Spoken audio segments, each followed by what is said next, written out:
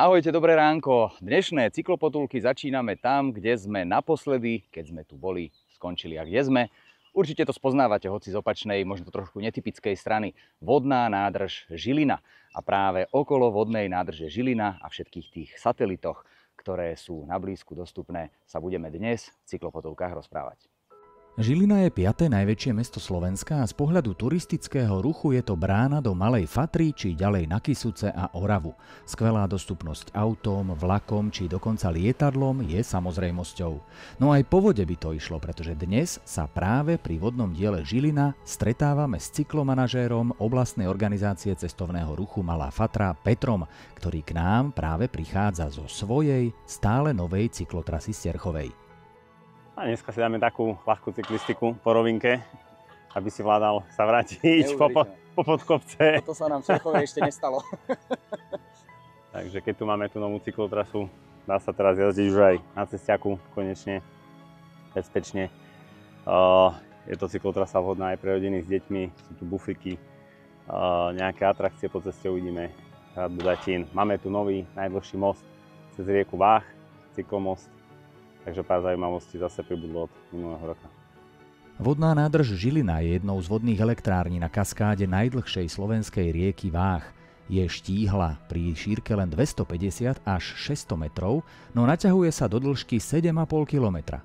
A teda len samotný objazd dookola nám ponúkne zhruba 17 kilometrov cyklistiky viac menej po rovine. Od hrádze s 2 turbínami už pokračujeme po ľavom brehu Váhu smerom do Budatína. Za ním sa dostaneme na druhú stranu Váhu po novootvorenom moste Chlmec, čo je v súčasnosti so 180 metrami najdlhší cyklomost cez Váh. Je to najdlhší most v Žilinskom kraji pre cyklistov. Vlastne pokračuje táto vážska magistrála smerom na Púchov, na Trenčín. Veľa úsekov už je dokončených, nedávno sa otváralo vlastne pri Púchove ďalší úsek, Trenčiansky samosprávny kraj. A Žilinský postupne dobudoval tie úseky, aby sa teda spojili tieto dva kraje a aby bolo teda možné pokračovať až myslím, že na Eurovelo 6 by sa to malo napojiť. A ďalšie napojenie potom by malo potom aj opačným smerom byť cez Strečno a ten tunel až do Vrútok, čo? Sú veľké plány predpokladám. Plány má, rieši to Žilinský samosprávny kraj, vlastne pokračovanie Strečno-Vrútky. Je viacero projektov rozpracovaných. Nedávno bolo stretnutie vlastne v krajskom meste, kde sa riešili tieto nové rozvojové zámery. Je plán pokračovať aj na Kysuce, na Kysucké nové mesto. Primátor tam spracováva ďalší projekt, aby vlastne z toho Budatína dneska vlastne prídeme aj do Budatinského hradu. Je vlastne nejaký cyklopoludník, kde sa rozvetvujú tie cyklotrasy na Oravu, na Terchovú, na Liptov. Takže je to také symbolické miesto. V podstate vlastne hrad je na sútoku riek Kysuca a Váh, takže pôjdeme sa pozrieť na hrad. Po krátkej jazde cez Považský Chlmec sa teda opäť začíname približovať k vodnému dielu Žilina. Prvou veľkou zastávkou je Budatínsky hrad z 12. storočia. Jeho kruhová väža je charakteristická a viditeľná zo všetkých strán, čo znamená, že z nej bude pekný výhľad. Expozície Považského múzea vám spríjemnia výkladom sprievodkyne, napríklad o zbierke historických chronometrov či zaujímavých mýtoch. Unikátom Považského múzea v rámci Budatínskeho hradu je určite expozícia drotárstva, keďže sme jediné drotárske múzeum, dá sa povedať, na svete. Ale aj samotný Budatínsky hrad je zaujímavý. Napríklad máme veľmi peknú miestnosť jedáleň, s ktorou sa spája aj zaujímavý príbeh o poslednom majiteľovi, ktorým bol grof Gejza Čáky. Je to príbeh o tom, ako tu žil a ako mu to bolo na konci druhej svetovej vojny celé vyrabované a následne znárodnené. Musel opustiť Budatínsky hrad, ale aj naďalej žil v blízkosti hradu, tým pádom každý deň videl na to, čo mu zobrali. A zaujímavé je, že veľa Žilinčanov a ľudí z okolia si na Gejzu Čákyho pamätá. Pamätajú si na neho ako na vysokého pána s paličkou, ktorý bol veľmi milý a priateľský a údajne, keď stretol deti, rozdával im zadarmo cukríky a sladkosti, pretože mal rád deti. Máme ale ešte jednu verziu, takú pre dospelých, prečo cukríky rozdával. O Gejzovi bolo známe, že má veľmi rád ženy a preto sa niektorí smejú, že cukríky deťom rozdával, pretože si nebol istý, či deti náhodou nie sú jeho. Čaká nás teda návrat po pravom brehu Váhu proti prúdu rieky k vodnému dielu Žilina. Je možné sa pozrieť na tréning vodákov alebo len tak sa kochať pri Labuťom jazere. Po chvíľke sme opäť na brehu vodnej nádrže, ktorá tu stojí od roku 1997. Tak dobre, jednu časť toho okruhu alebo jednu časť hviezdice, tej našej hviezdicovej dnešnej cykloturistiky máme za sebou. Do Budatina späť sme opäť na vodnom diele. Kam ďalej, čo tu vieme zažiť na tejto strane? Hneď za mnou je Pamterková dráha. Myslím, že si ju vyskúšaš. Je dokonca aj nasvietená. Mám kamoša Tomáša, ktorého pozdravujem, ktorý tu chodí o polnoci jazdy, lebo celý deň dre v práci, tak si chodí vyvetrať večer hlavu. A budeme pokračovať ďalej do Strečna, Podhrad. Cestou si môžeme dať nejaké občerstvenie v bufetiku.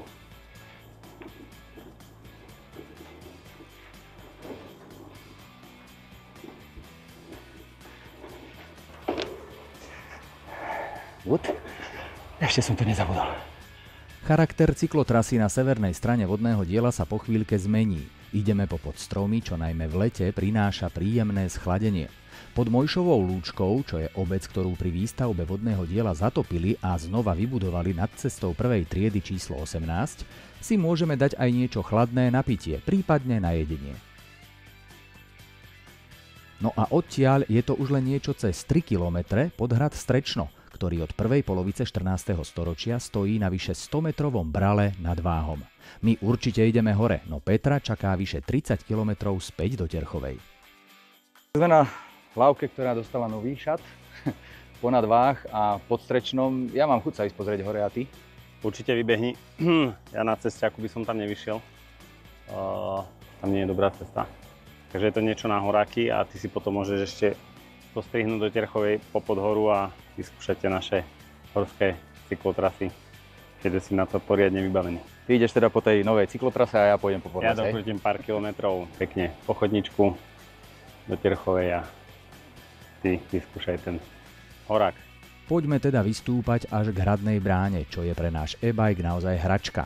V interiéri hradu sa nachádza expozícia Považského múzea, archeologické nálezy z okolia Žiliny a pripomienky histórie hradu i jeho blízkeho okolia. Tak toto je bezkonkurenčne najvyšší bod našich dnešných cyklopotuliek. Sme na veži hradu Strečno. Koľko schodov? 489 schodov po celom hrade. To by sa dalo tak aj porovnať s tými takmer 70 kilometrami, ktoré dnes na bicykli urobíme. Tak čo je tým najväčším lákadlom hradu Strečno? Je to táto vyhliadka? Určite je to táto vyhliadka. Nachádzame sa vo výške približne 148 metrov nad riekou Váh. Ľudia tu na odtiaľ môžu pozorovať okolitú prírodu. Rovnako taktiež, keď sa konajú nočné prehliadky, tak tu na odtiaľ môžu sledovať aj hviezdy. Dá sa teda cyklotrasou prejsť zo Žiliny až sem k nám na hrad. Po ceste máte rôzne atrakcie, na ktorých sa môžete zastaviť, môžete si ich pozrieť. Na Strečne by sa dalo stráviť celé popoludnie, no nás ešte čaká cesta do Terchovej. Cez Váh sa môžeme previesť kompou alebo po moste. Na druhom brehu sa môžeme zastaviť v spomínanom rozprávkovom lese. Deti by si predsa po tých kilometroch a dejepisných zastávkach takéto niečo aj zaslúžili. No a potom vo Varíne sa môžeme rozhodnúť, kadiaľ do Írečitej Terchovej. Keďže v batérii mám ešte dostatok energie, vyberám si lesné cesty cez kopec Jedľovina.